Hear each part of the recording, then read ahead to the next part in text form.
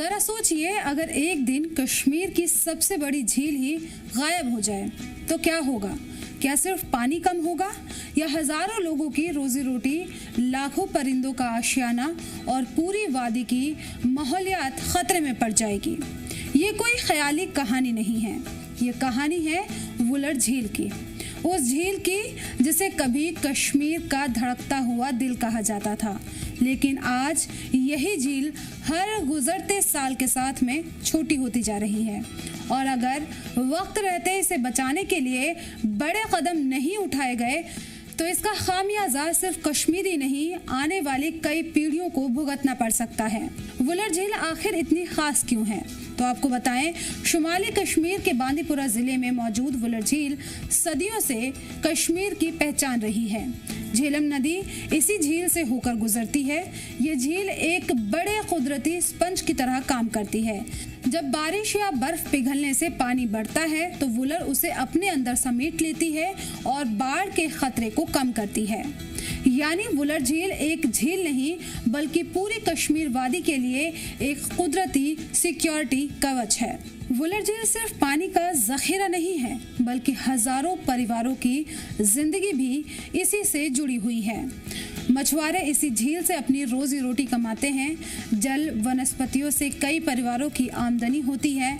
आसपास के इलाकों में खेती भी इसी माहौलियाती निज़ाम से फायदा उठाती है। सयाहत भी यहाँ की मईशत का अहम हिस्सा है।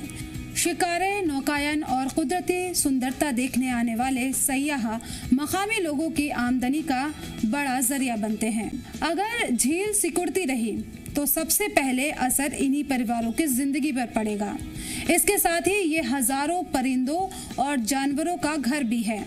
हर साल साइबेरियन, मध्य एशिया और यूरोप के कई इलाकों से हजारों मुहाजिर परिंदे वुलर झील का रुख करते हैं और अपनी सर्दियां इसी नदी में बिताते हैं।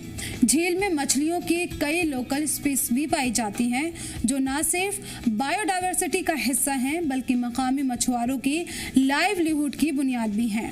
झील के आसपास मौजूद दलदली इलाके कई छोटे लिविंग बींग्स, एम्फीबियंस और एक्वाटिक प्लांट्स का भी घर हैं। यही पूरी फूड चेन को बैलेंस्ड बनाए रखते हैं। अब सवाल ये है कि आखिर इतनी अहम झील सिकुड़ क्यों रही है। इसकी सबसे बड़ी वजह है कि झेलम और आसपास की पहाड़ियों से आने वाली गाद जो धीरे धीरे झील को भर रही है। दूसरी बड़ी वजह है एनक्रोचमेंट। सालों से झील के किनारे पर गैर कानूनी कब्जे और खेती के लिए जमीन का इस्तेमाल बढ़ रहा है। इसके अलावा आलूदगी, प्लास्टिक कचरा, बिना मंसूबे की तरक्की, माहौलियाती तब्दीली और लगातार घटते वाटर लेवल ने भी वुलर की सेहत पर गहरा असर डाला है। कभी जिस झील का फैलाव मौसम के मुताबिक 30 से 200 वर्ग किलोमीटर तक पहुंच जाता था, उसका असरदार आबी इलाका अब पहले के मवाजना में काफी सिमट चुका है। इन हालात में सवाल ये उठता है कि अगर अभी नहीं संभले तो क्या होगा। तो आपको बताएं कि अगर यही हाल रहा तो सबसे पहले सैलाब का खतरा बढ़ेगा, क्योंकि वुलर झील जितनी छोटी होती जाएगी उतना कम पानी रोक पाएगी।